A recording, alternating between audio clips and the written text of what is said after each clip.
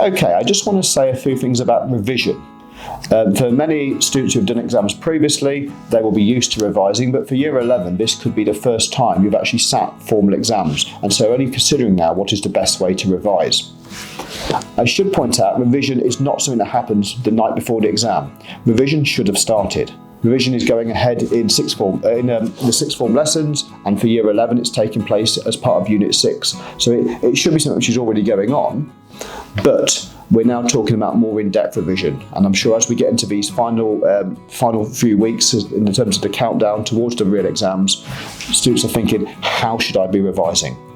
So a couple of first key tips. Make sure students have got a copy of what we call the personal learning checklist, the syllabus, the specification, the spec for each subject they're doing.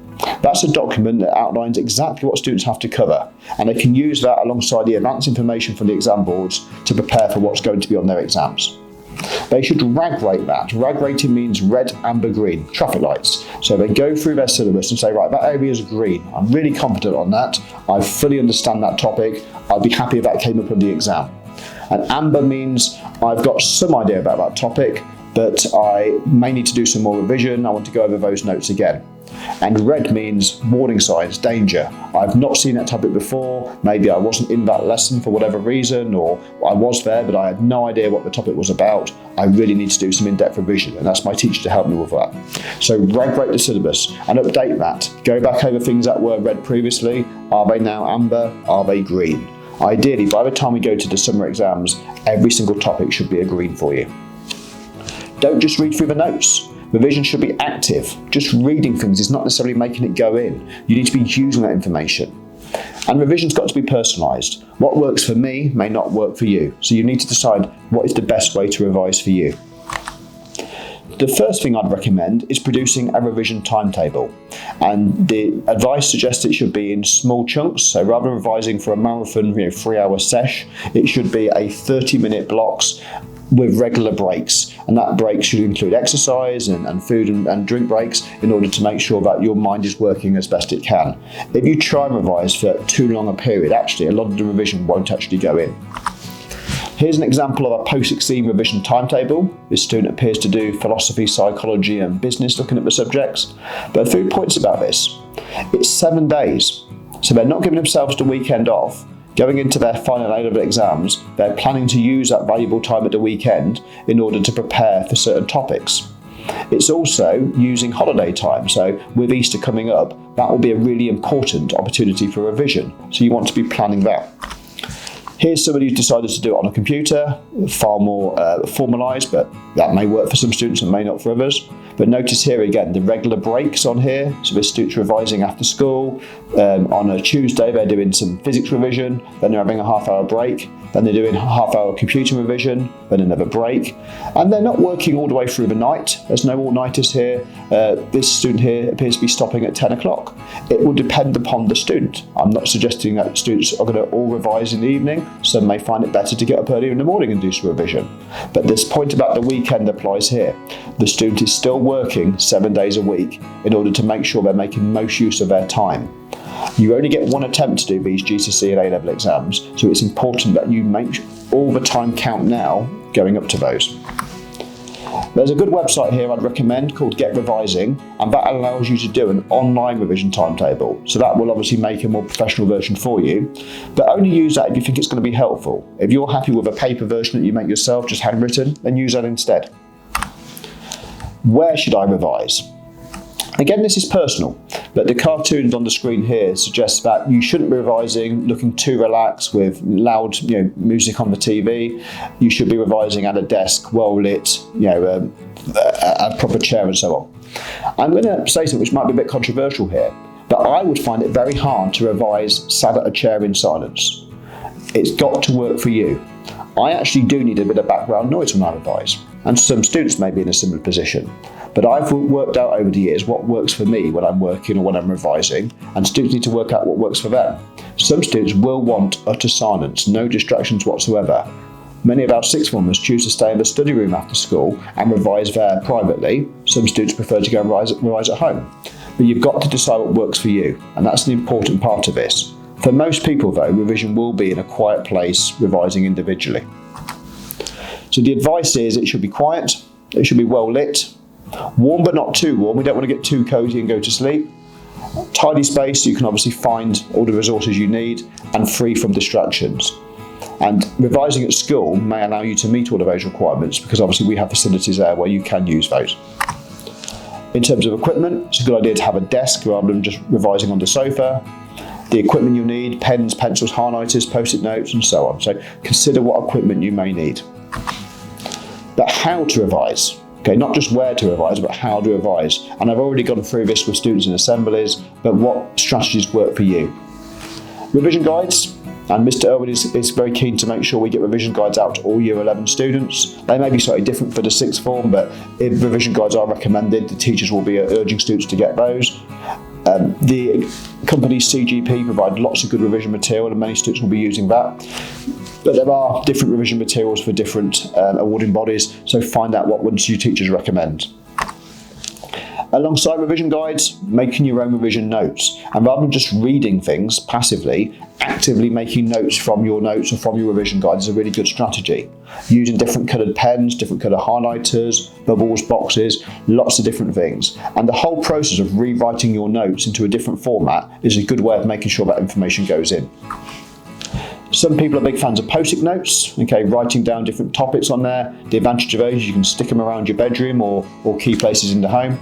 Something I've recommended before is if there's somewhere a student goes every single day, so I go to the same cupboard when I'm making my cup of tea in the morning, and when I open that cupboard door, I could have some key, in my case business studies, business formally written onto that cupboard. So every time I open it up, I see a particular formula I'm trying to learn.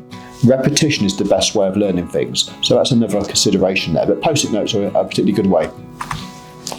I'm a big fan of mind maps. They don't work for everybody. Students revising with me after school on a Wednesday or Friday will know I like to do these big mind maps on the whiteboard. But a mind map's a really good way of connecting different topic areas, and you can use images, you can use different colours, but it's an idea, a very visual way, and I'm a visual learner, but for some students they will prefer a different style. But if you are a visual learner, maybe mind mapping might be a good way for you to revise. Flashcards are also the other really popular thing with students. So little coloured cards, little bits of paper, a bit like Postit Notes, but the idea here is you have different flashcards on different topics. So in my subject business, we might have some blue flashcards for finance topics, some yellow ones for marketing, and there's an approach called the Littner method here where you can use your flashcards to revise. So you'd have 3 different boxes, and in the first box you have all your different flashcards. When you look at the flashcard, you'll test yourself, do I know this topic? If you do, if it's something you already know, that goes into box 3. Box 3 is one that you don't tend to look at very often because they're the topics you know, but you do still look at them occasionally because you don't want to forget. A topic you know mostly but not perfectly goes into box 2, and box 2 you're going to look at quite frequently, maybe a couple of times a week. And box 1 is the flashcards for the topics you have no idea of, and you're going to look at those daily. They're going to be part of your very regular revision. One of the most important ways of revising is using past papers. The best way of learning how to answer the questions in the style that you'll need for the exam is by doing similar past exam questions. And whilst we've got new GCSEs that only came in 2014, 2015, we still have a fairly reasonable bank of exam papers for both GCSE and A-level. So we should be using those past papers. Teachers will be using them in lessons, but students can also be using them as part of their personal revision. So practicing those multiple choice questions, practicing those short answer questions, and practicing writing the longer essays. But I wouldn't recommend you should sit down and maybe write 10 different essays. It's better to do 10 essay plans and compare your plan to the mark scheme rather than just writing essay after essay. You still don't need to practice writing questions in time conditions, and that's why we do that during the PPEs, because you wouldn't run a marathon for 26 miles if you haven't practiced running those distances in the past, and similarly you wouldn't do a 3-hour exam if you haven't got used to doing an exam in time conditions. So practice past papers is one of my best tips, alongside examiners' reports. Each year, the exam board provide a document written by the principal examiner, chief examiner, reflecting on the exam season that's just gone. And there'll be one examiner report for each different paper. So there are 3 A-level papers, paper 1, paper 2 and paper 3 will all have an examiner's report. And on that, the examiners will write what the best students did, the students who got the A's and the A stars at A-level, and what those students who lost marks did. And it's really insightful for students to read that and say, actually, the best students did this, so you can learn from that and do what the examiner's looking for. I shared one of these with my A-level group only last week, and it showed on a finance question, some of the students had actually done the calculations on the insert, which comes with the paper in the exam hall. But the inserts don't go off to the exam board. They're disposed of after the exam. And because the students hadn't shown their working out on the exam paper itself, they would have lost marks for working out if they hadn't got the correct answer at the end. So the tip there from the principal examiner was to do all the working out in the exam answer book. Seems common sense, but by reading the examiner's report, you may get some of those quick tips. So I would recommend students, get those examiner's reports, find out what the examiner's looking for. Many teachers will be showing these in lessons as well. I said I'm a visual learner. Some of you would be auditory learners. You like listening to things. So one thing you could do now on your mobile phone is to record yourself reading out your notes and then play that back when you're on the bus or when you're traveling somewhere. Play back your own sort of podcast that you've made of yourself. It wouldn't work for me. I don't like the sound of my voice. I'm not going to like listening to this back. But if it works for you and you feel that's a good way of revising, that might be another approach. I prefer mind mapping and the visual approach personally. Revision websites, and on our school website we've got a Year 11 section and we've got the Post-16 section. Teachers have been providing recommended websites on there, so check those out, find out if they work for you. Some websites have little games on there, some have got online questions, but try not to be distracted by non-revision websites. The risk of revision websites is, whilst you've got the revision website open in one tab, there's a cat video on YouTube on another tab, and there's your social media on another tab, and you end up getting very distracted. So you use revision websites with caution. And this talks about websites, but of course many exam boards may have apps or other devices that you can use. So in summary, what makes a good reviser compared to somebody who's going to be a less effective reviser, a poor reviser? Eat healthy. Certainly make sure you've had breakfast before you're going to do an exam or do a session of revision. You'll perform better when you're full. Make sure you've got enough sleep. The recommended 8 to 10 hours is even more important in the exam season. Have regular bedtimes, get into good sleep hygiene. Exercise regularly, get some fresh air. Don't just stay indoors all day. Go and get some fresh air. In the summer, obviously, when you're revising, it'll be nicer to do so, but get outside and get some exercise. Do those past papers. Don't just revise passively, revise actively. Spreading out your revision into bite-sized chunks. Find a quiet space if that works for you. Or certainly avoid distractions. Stay hydrated and put your mobile phone on silent, or even out in another room. Don't let those app alerts on your phone distract you. Find out what works for you. And if it's not working, stop. Don't keep doing the same things if they're not working. Revision is personal. Your learning style is personal. Find out what works for you. How your friend revises may be very different from how you like to revise. But I've said I personally need some background noise. I like to have some music on in the background. Other people might want to revise in silence. But find out what works for you. And finally, we are here for you. The next 3 months are going to be very, very stressful. Exam stress is natural, it's positive. We often need a bit of stress to perform well under pressure, but we don't want you to feel overwhelmed. There's a thing called the stress curve I've spoken about in Post-16 assemblies, where you can have too little stress or too much stress.